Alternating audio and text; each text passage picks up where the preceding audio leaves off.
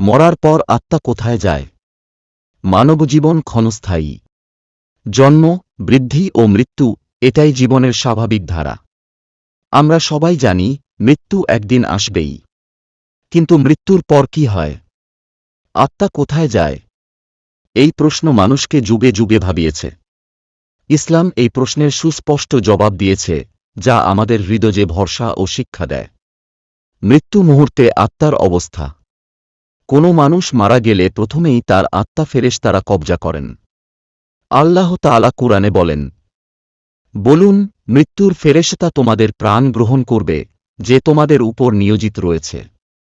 অতঃপর তোমরা তোমাদের প্রতিপালকের দিকে ফিরিয়ে আনা হবে। সূরা সেজদার 11 নম্বর আয়াত। একজন মুমিনের আত্মা খুব সহজে বের হয়ে যায়। রাসূলুল্লাহ সাল্লাল্লাহু আলাইহি ওয়াসাল্লাম বলেছেন, নেককার মানুষের আত্মা শরীর থেকে ঠিক যেমন পানি ভর্তি পাত্র থেকে ফোঁটা ঝরে পড়ে, তেমন শান্তভাবে বের হয়। কিন্তু কাফের বা পাপী মানুষের আত্মা কষ্ট ও যন্ত্রণার মধ্য দিয়ে বের হয়। কবরে আত্মার যাত্রা। আত্মা কবরে গিয়ে নতুন জীবনের সূচনা করে। মানুষ দাফনের পর ফেরেশতা মুনকার ও নাকির এসে প্রশ্ন করেন, তোমার প্রতিপালক কে? তোমার দিন কি?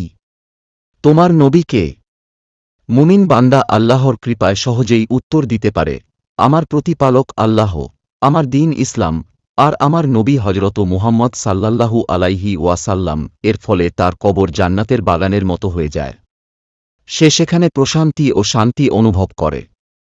কিন্তু কাফের বা অবাধ্য মানুষ এই প্রশ্নগুলোর উত্তর দিতে পারে না। সে দ্বিধায় পড়ে যায়, জবাব দিতে গিয়ে ব্যর্থ হয়। তখন তার কবর জাহান্নামের গর্তের মতো হয়ে যায়, যেখানে সে শাস্তি ও কষ্ট ভোগ করে। বারজাক জীবন। মৃত্যুর পর থেকে কিয়ামত পর্যন্ত মানুষের অবস্থানকে বারজাক বলা হয়। বারজাক হল এক অন্তর্বর্তী জগৎ, যেখানে আত্মা অবস্থান করে। এই জীবন দুনিয়ার মতো নয়, আবার আখিরাতের মতোও নয়। এখানে আত্মা তার কর্ম অনুযায়ী শান্তি বা শাস্তি ভোগ করে।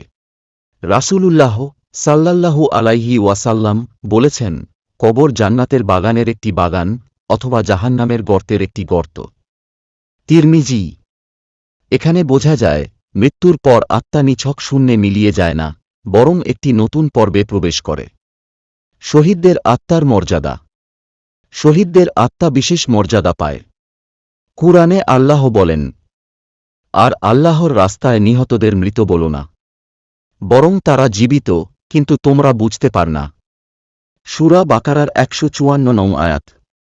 রাসূলুল্লাহ সাল্লাল্লাহু আলাইহি ওয়াসাল্লাম বর্ণনা করেছেন, শহীদদের আত্মা সবুজ পাখির রূপ নিয়ে জান্নাতের বাগানে বিচরণ করে। তারা জান্নাতের নিয়ামত ভোগ করে এবং আল্লাহর নৈকট্যে থাকে। নেককারদের আত্মা। যারা আল্লাহর আনুগত্যে জীবন কাটায়, তাদের আত্মা জান্নাতের সুগন্ধ ও প্রশান্তি পায়। ফেরেশতারা তাদের অভ্যর্থনা জানায়, দোয়া করে এবং জান্নাতের সুখবর দেয়। পাপীদের আত্মা। অন্যদিকে যারা অবাধ্য, অন্যায়কারী, মুনাফিক বা কাফের, তাদের আত্মা কষ্টে থাকে। ফেরেশতারা তাদের আত্মাকে টেনে বের করে আনে, যেন কাঁটা ঝোপ থেকে ভেজা উলের টুকরো টেনে বের করা হচ্ছে।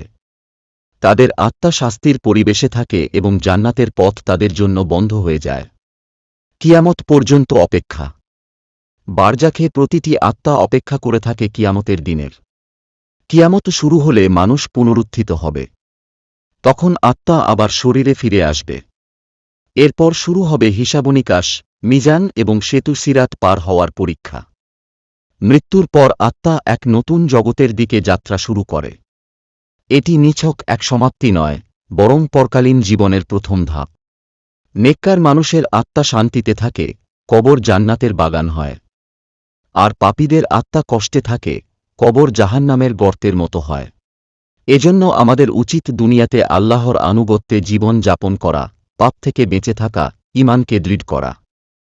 কারণ মৃত্যুর পর আত্মার গন্তব্য নির্ধারণ হবে আমাদের এই দুনিয়ার কর্ম অনুযায়ী। তাই বলা যায়, মৃত্যুর পর আত্মা হারিয়ে যায় না, বরং আল্লাহর কাছে ফিরে যায় এবং নতুন জীবনের পথে যাত্রা শুরু করে।